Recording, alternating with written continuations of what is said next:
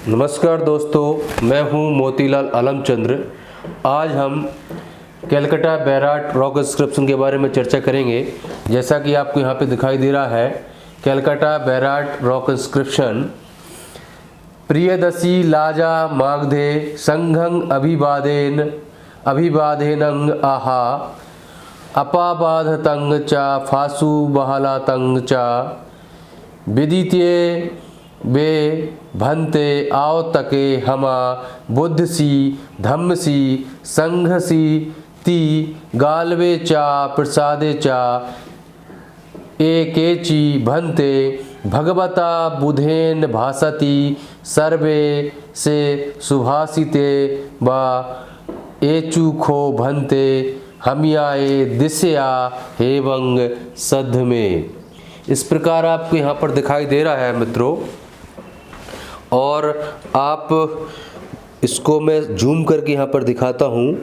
ये जूम करके और आपको क्लियर आप यहाँ पर देख पाएंगे।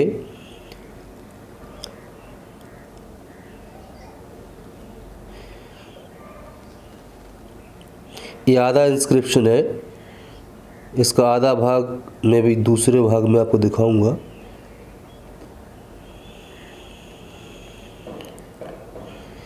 इस इंस्क्रिप्शन की खास बात यह है कि इसमें मागधे लाजा के बारे में जिक्र कर रहा है।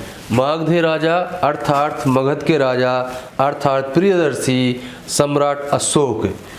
लाजा मागधे संघं अभिवादेनंग आहा, अर्थात प्रियदर्शी राजा, जो मगध के प्रियदर्शी राजा है, वह संघ को अभिवादन करते हैं। संघ कौन सा संघ? यहाँ पर बुद्ध संघ की बात हो रही है, बुद्ध के संघ की बात हो रही है। उस संघ को अभिवादन करने की बात इस अभिलेख में कह रहे हैं। आगे लिखते हैं, अपाबाधतंग चा फासु बहलातंग चा। इसी अभिलेख का जो भाग है, अर्थात अपाबाधा मतलब बाधा रहित, और या कह सकते सुखद और आसान आरामदेह विहार करने की लिए कहते हैं, ऐसी कामना करते हैं। अगली लाइन है, विदिते वे भंते, इसको जूम करिए, विदिते वे भंते आओ तके हमा बुद्धसी धम्मसी संगसीति गालवे चा प्रसादे चा केची भंते। अर्थात भंते जानते हैं, विदिते में भंते, अर्थात भंतों को ज्ञात है, भंते गण को यह ज्ञात है कि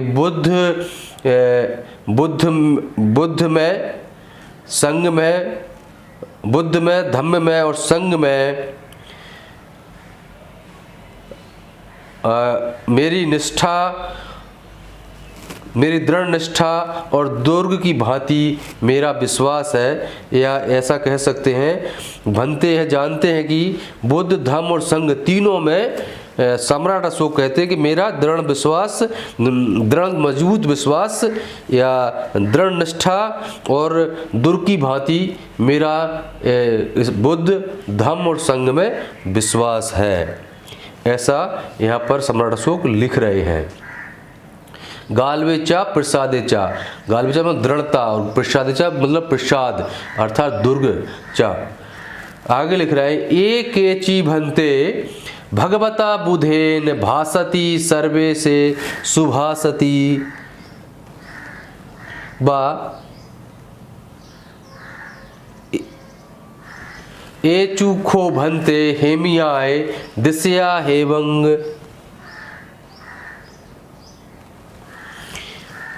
हेवंग संग सद्धम्मे।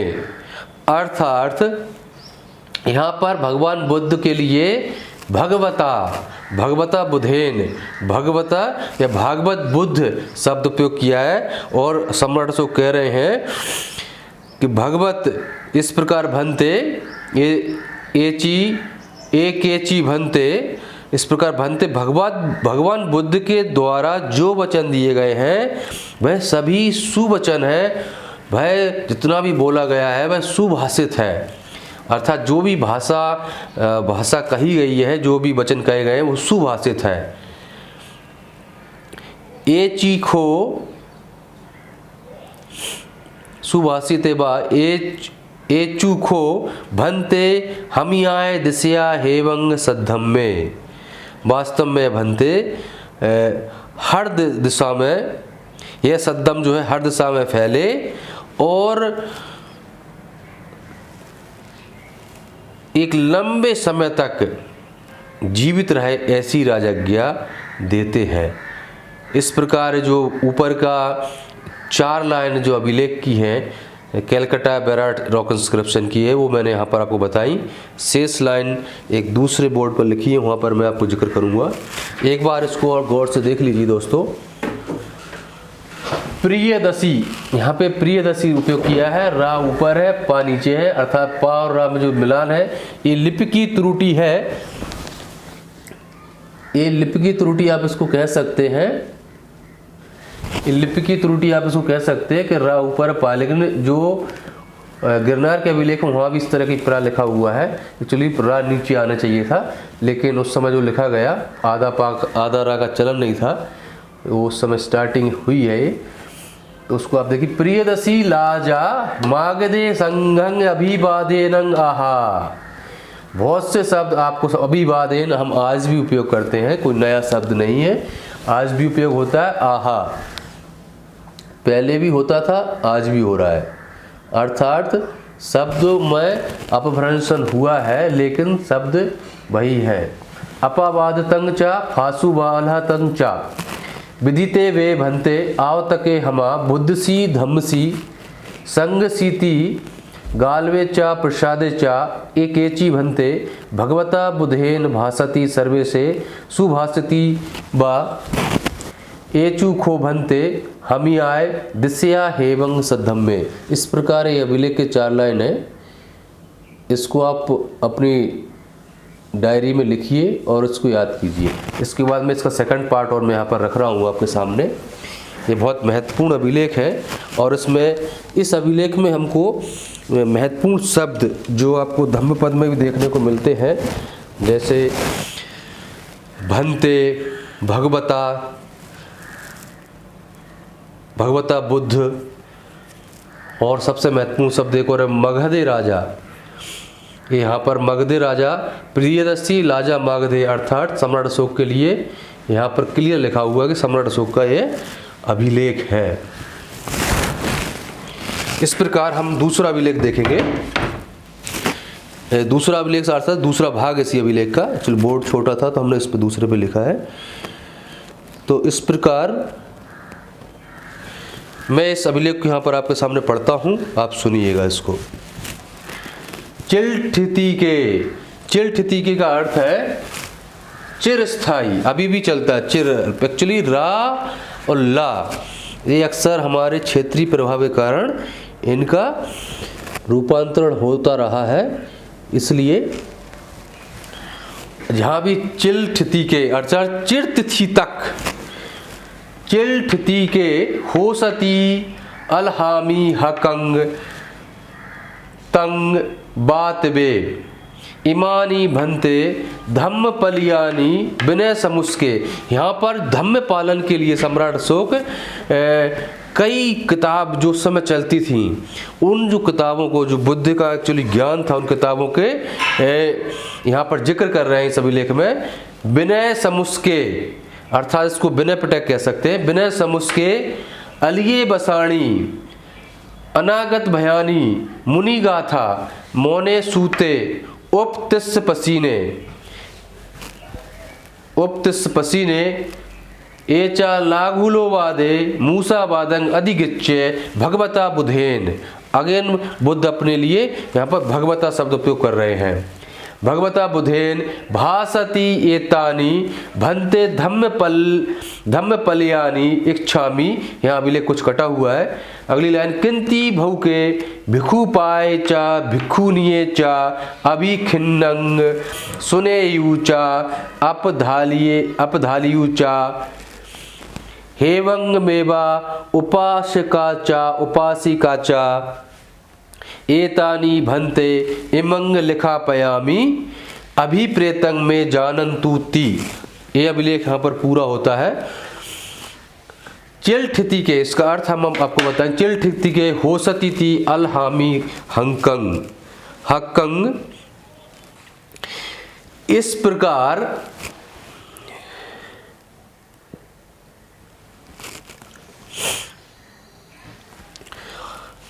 चिलठिति तक, यहाँ पर चिरस्थाई जो यहाँ पर लिख रहे हैं, चिरस्थाई यहाँ पर सद्धम फैले। इमानी भंते धम्म, अर्थात यहाँ पर भंते गण को संबोधित करते हुए उसको लिखते हैं यहाँ पर धम्म का पालन हो। धम्म का पालन कैसे होगा? यहाँ पर जो किताबों का जिक्र कर रहे हैं, विनय समुस्के अलिये बशाणी अनागत भयानी मुनिगाथा। मुनिगाथा को आप धम्मपद कह सकते हैं। मौन्य सूत्र, जो सूत्र सुत्त है, मौन्य सूते उपतिस्स पसीने ऐचा लागुलू वादे। यहाँ तक ये लगभग 7 किताबों का यहाँ पर जिक्र कर रहे हैं और 7 किताबें आज भी हमें मिलती हैं, लेकिन इनके नाम में थोड़ा सा अभ्रंशन हो गया है, ऐसा हम कह सकते हैं। ये 7 किताबें आप दोबारा नोट करिए। विनय समुस्के अलिये बसानी या अलिये बसा, नी एक्चुअली विभक्ति है, बहुवचन। बसा को हम वर्ष कह सकते हैं। वर्षावास में जो संग्रह रहा होगा उस संग्रह का नाम यहाँ पर दिया गया है, अलिये बसा। अनागत भय मुनिगाथा, अनागत भय जो अर्थात जो भय से मुक्त करने के लिए ऐसी कृति का नाम अनागत भय। मुनिगाथा मौने सूत्र उपतिस्स पसीने लागुलोवाद। इस प्रकार 7 किताबों का यहाँ पर सम्राट अशोक अपने अभिलेख में जिक्र कर रहे हैं और ये अभिलेख कोई नए नहीं है, ये वही अभिलेख है जो सम्राट अशोक लिख रहे हैं। और सम्राट अशोक कहाँ से लिख रहे हैं? संदर्भ दे रहे हैं भगवान बुद्ध के संग्रह से। तो इस 7 किताबों के अनुसार धम्म पालन करने के लिए सम्राट अशोक यहाँ पर आम जनता को संबोधित कर रहे हैं। इस प्रकार इन किताबों के आधार पर हमें विनय का पालन करना है। अली बशा में जो ज्ञान है, अनागत भय में जो ज्ञान है, मुनिगाथा मौने सूते उपतिस्स पसीने या लागुलोवाद में जो ज्ञान है, उस ज्ञान से सिंचित रहने के लिए भगवान बुद्ध, भगवता बुद्धेन अपने वचन यहाँ पर दे रहे हैं, कह रहे हैं और धम्म पालन करने के लिए कह रहे हैं। ऐसी इच्छा सम्राट अशोक व्यक्त करते हैं और यह चिरकाल तक करते रहने के लिए, चिरकाल तक यह चलते रहने के लिए बात कह रहे हैं। किंती भौके भिखुपाय, किंती भौके भिखुपाय चा भिक्षुनीये चा अभिखिन्नं सुनेयु चा उपधालयतु चा। यहाँ पर आगे और कहते हैं, यह जो ज्ञान है, यह भिक्षु और भिक्षुनिया जिसे निरंतर श्रवण करते हैं, इसका निरंतर दोहराव करते हैं और पालन करते हैं, यह ज्ञान न केवल भिक्षु भिक्षुनिया के लिए है। आगे कहते हैं हेवंग मेवा उपासका चा उपासिका चा, अर्थात यह ज्ञान उपासक और उपासकाओं के लिए भी है, ऐसा वह कहते हैं। एतानी भन्ते इमंग लिखापयामि अभिप्रेतं में जानन्तु। इसलिए भन्ते मेरे द्वारा लिखवाया गया, यह मेरे द्वारा लिखवाया गया है और यह मेरी मनसा, उनकी जो मनसा है मानव कल्याण की, जन कल्याण की, उस जन कल्याणकारी भावना को प्रकट करने के लिए जनता के समक्ष यह अभिलेख सम्राट अशोक के द्वारा लिखवाया गया और स्थापित करवाया गया, इसकी यह मनसा है। आप चाहें तो इसको मैं आपको यहाँ पर जूम करके भी आपको शो करता हूँ, जिससे आप और आसानी से इसको देख सकेंगे।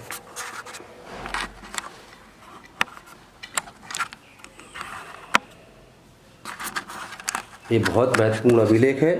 इस अभिलेख में चलिए, ऐसे शब्दों का जो प्रयोग किया गया है जो आज भी उपयोग होते हैं, लेकिन जो शब्द क्रिएट किए गए थे, जो शब्द वास्तव में तत्कालीन समय में बनाए गए थे, वो किसी दूसरे मकसद से बने थे, उनका अर्थ और कुछ था, आज और कुछ है, लेकिन शब्द अपने प्रचलन में है, उनका ज्ञान प्रचलन में है। यह एक महत्वपूर्ण तथ्य है।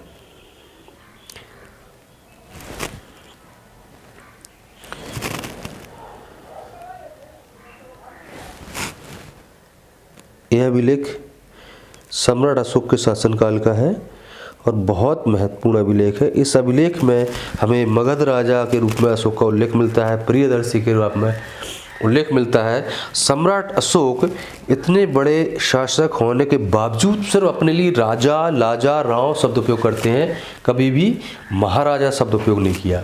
तो चक्रवर्ती शब्द है एक्चुअली बुद्ध ने अपने लिए प्रयोग किया है, इसलिए सम्राट अशोक ने अपने लिए कभी चक्रवर्ती शब्द प्रयोग नहीं किया। चलिए दोस्तों, आप इसको लिखें, उसको पढ़ें और इससे आप धमलिपि सीखें। मुझे आशा है आपको यह वीडियो पसंद आएगा।